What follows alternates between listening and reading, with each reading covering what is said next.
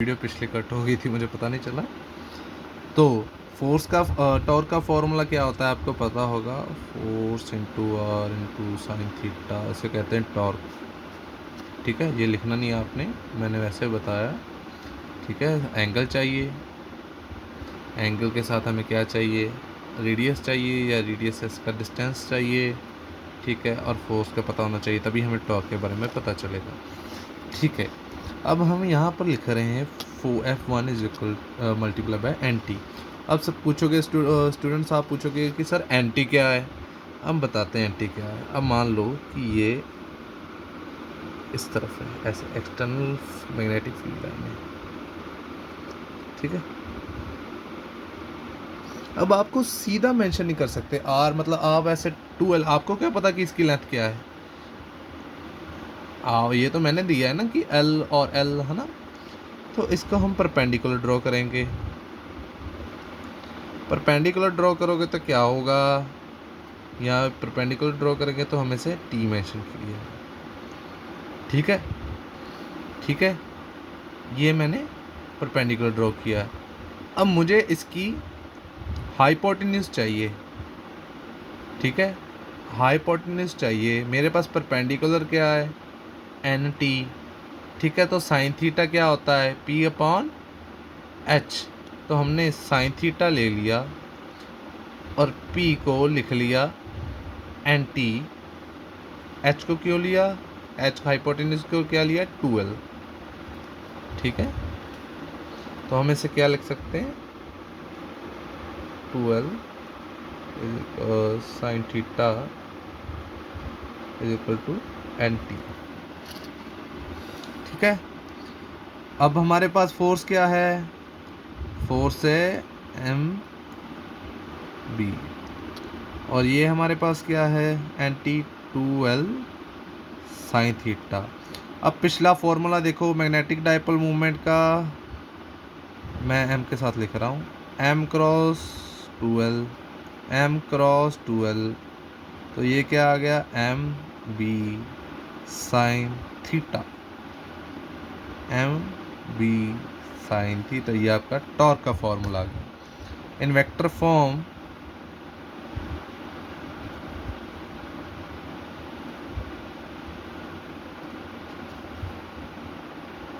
M cross P. ठीक है, ये इक्वेशंस आपकी इंपॉर्टेंट है। ठीक है, you can also write as if a magnetic dipole moment m, if a magnetic dipole of magnetic dipole moment m, m बड़ा वाला डालना, ठीक है, m is placed at an angle, is placed at an angle theta with respect to uniform magnetic field is stored as the potential energy of the magnetic dipole, is stored as the magnetic stored, sorry गलत बोल गया बेटा,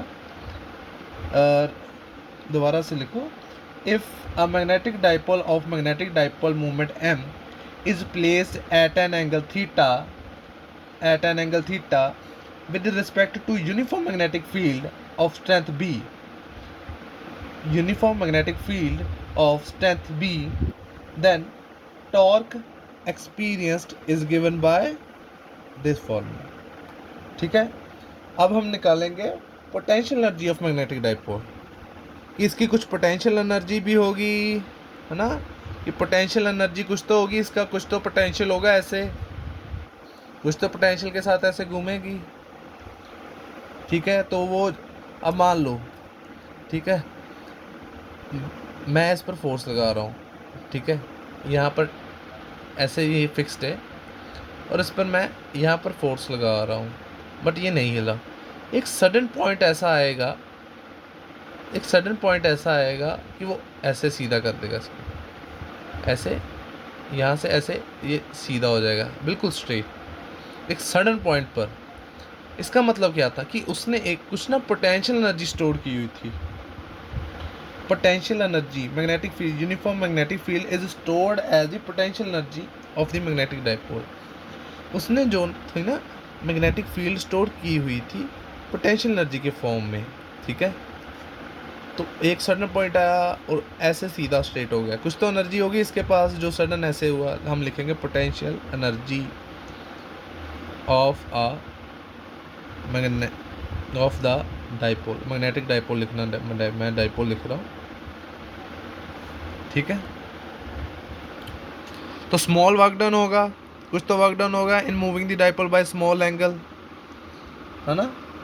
तो अगर small work done है तो you can write as small work done in moving the dipole by small angle, ठीक है। D theta small work done होगा तो क्या आएगा, डी डब्ल्यू भी आएगा यहाँ पर।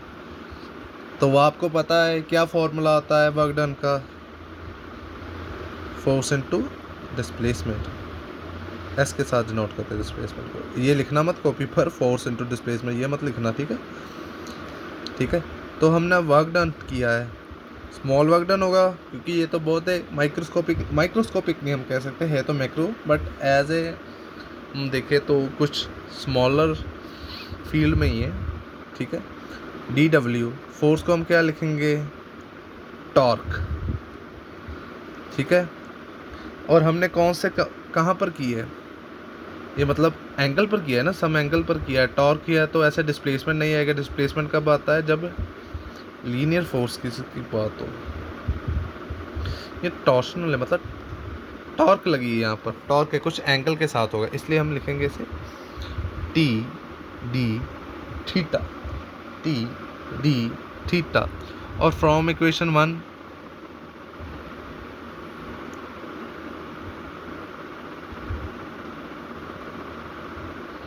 ठीक है। अब इसको ऐसे भी लिख सकते हो आप, ठीक है, इसको आप ऐसे भी लिख सकते हो, ऐसे भी लिख सकते हो। तो इधर भी इंटीग्रेशन आएगा, इसकी भी इंटीग्रेशन होगी, तो आप लिखो M B sine theta D theta.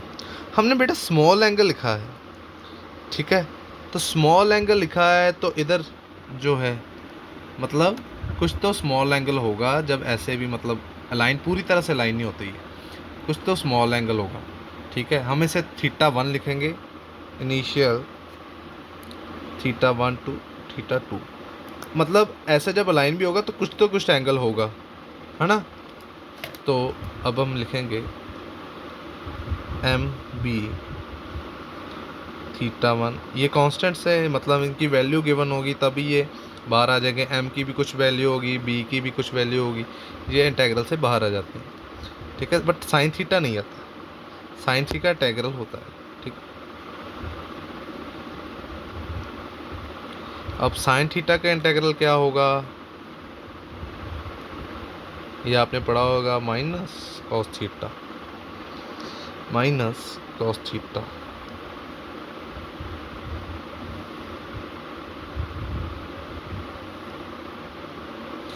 ठीक है। नेगेटिव क्यों आया, क्योंकि इसका इंटेग्रल ये होता है, ठीक है। लिमिट्स हमने यहाँ पर लिख दी,